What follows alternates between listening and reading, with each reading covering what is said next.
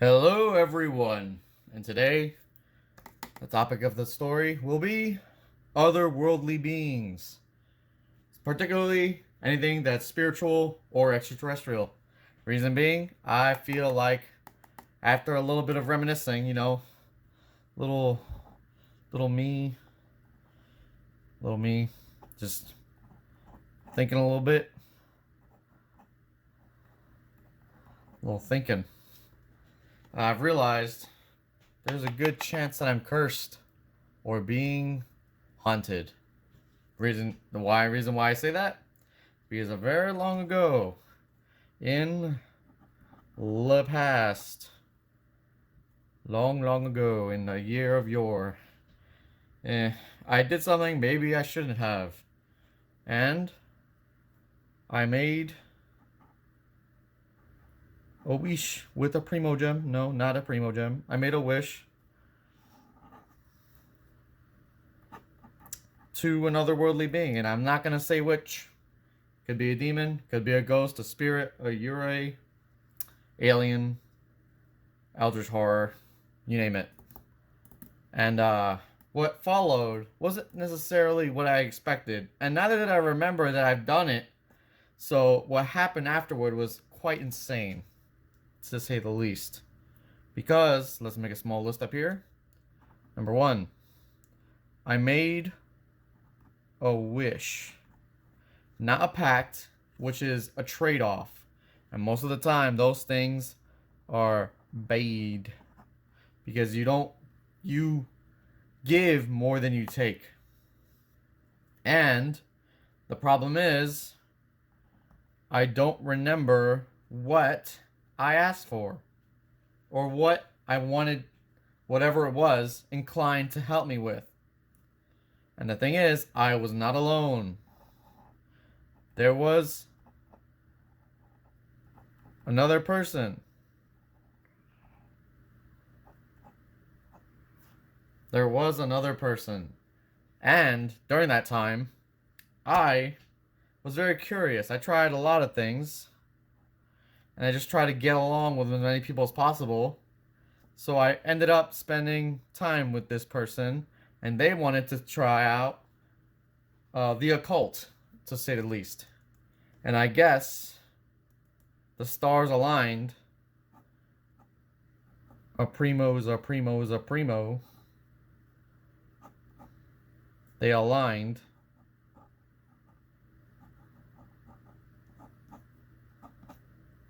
They aligned, and then boom, there I was. Many years later. However, because I don't remember what it was or where I buried the symbol, well, it's not necessarily a symbol, but it's more like an artifact. And I'm not talking about ancient fossils or dinosaur bones or anything like that. It's more like an offering. It was like, I forget what it was. And well, I made a wish. I went hella far because I wanted nothing to do with it afterward. I buried it many miles away from my living space. This is when I was much younger, very young and stupid.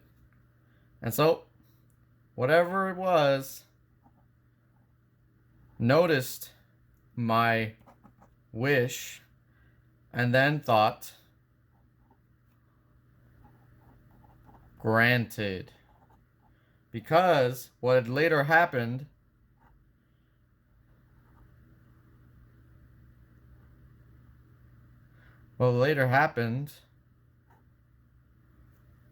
it uses magical powers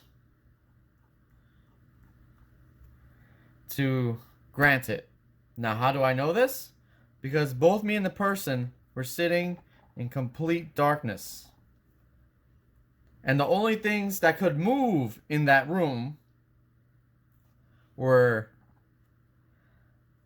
what was it? A treadmill, ceiling fan, and what was it? Well, I think that's all it was.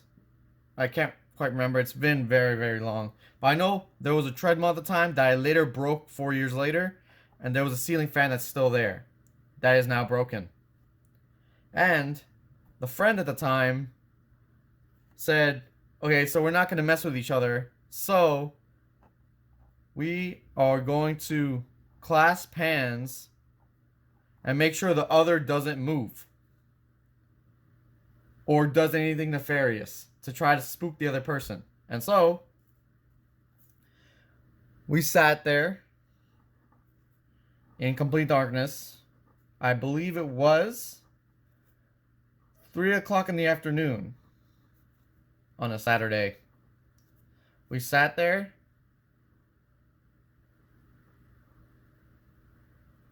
kneeling in prayer.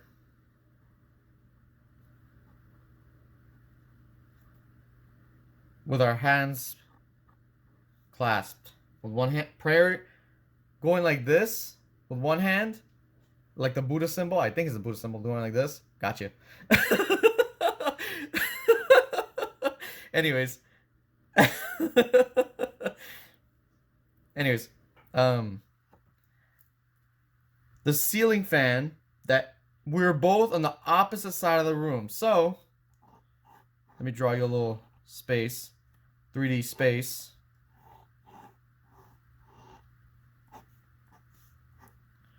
Let's say the room was three-dimensional and the fan was right here. We were all the way over here on the opposite side of the room. And the switch for the fan is over here on this wall. And the thing is, since we were holding each other's hands, neither of us could have turned the switch on to have it move after we made the wish. And I can't remember if he made a wish or it was just me. And the fan began to move. It started spinning violently. And the thing is, it stopped moving after a short bit because we were so afraid of what was going to happen next. That when I got up to check the fan switch, that he didn't even know was there. So I was the only one aware that that fan switch was there. And even if he saw the switches, there was no way he could have known that which switch out of the five, I think there were five switches, which one was the one for the fan. And as I said before, we were clasping hands with the other hand in prayer. Got you again. Anyways, after that, many years had gone by, and I thought nothing of it. Maybe nothing happened. Fast forward,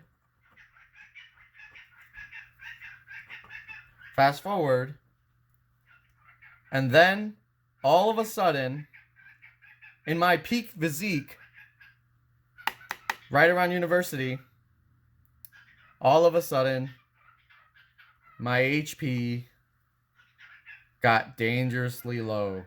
Let's say 10 out of 100. And I was hospitalized.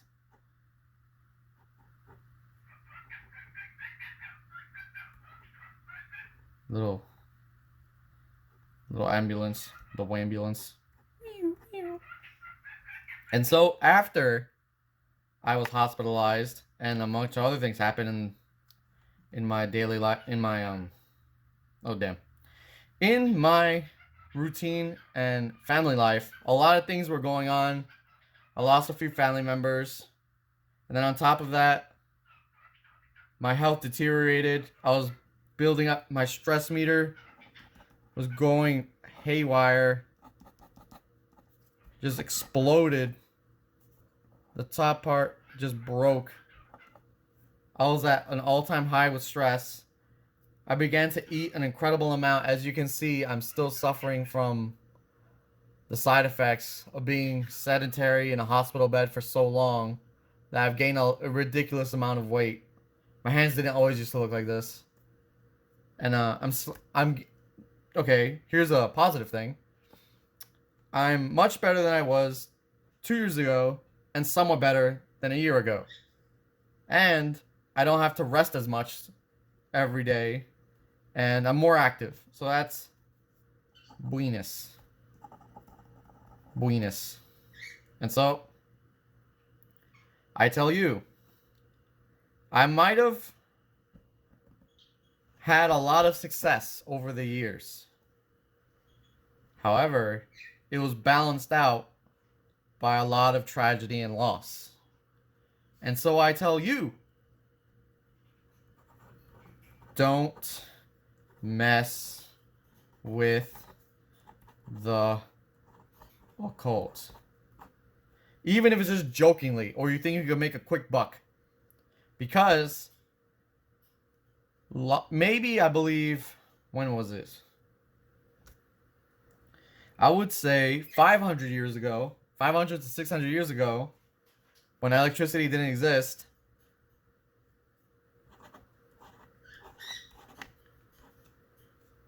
lightning. Was it? Let's just say 1,000 years ago. 1,000 years ago, lightning was not comprehended. It was the power of the gods. Gravity was not to be yet understood. I believe that's in the thousands. Because I believe Sir Isaac Newton, Einstein, Sir Isaac... First it was Sir Isaac, or maybe it was... No, I think it was Sir Isaac Newton that formulated...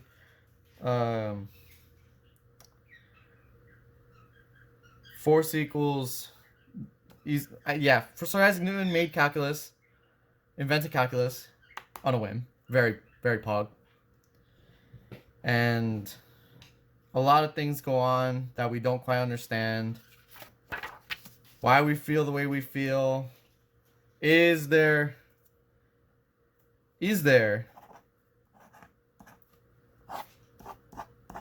a higher power?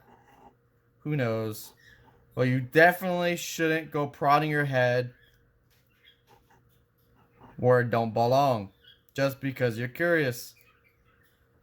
I think the famous saying goes, mess around and find out. And so that brings us to the conclusion of this story. And the lesson in that tale is, as I've said, don't mess with the occult. Because one day we may figure out with scientific evidence, not necessarily anecdotal, that there was something watching over us, staring at us through the depths of the void. And so brings us to the last portion and segment of this episode, the sussy character. And today's sussy character, well, yesterday was Mario, and the day before was a Goomba. So let's stick to Nintendo's stuff and draw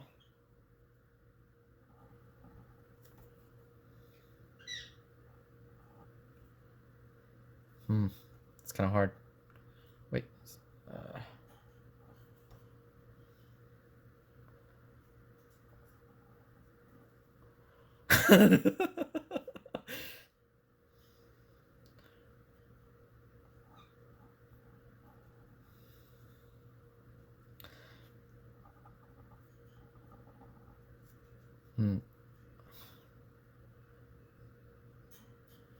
I think that's how you draw it. Okay, let's see. A trooper. A trooper? Koopa. A Koopa that's been... he took some not so healthy stuff, is what I could say.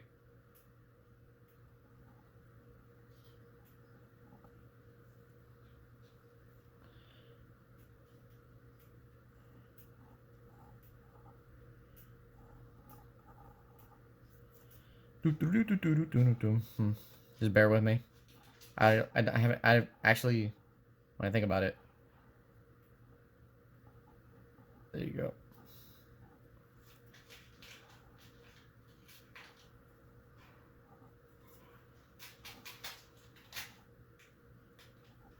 I have not seen a Koopa in a long bit.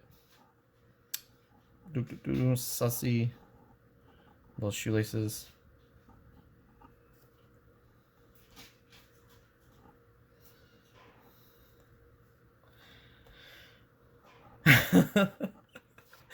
He's seen some stuff.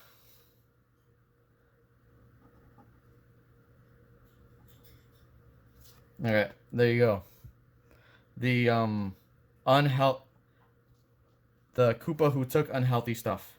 And so thank you. Goodbye.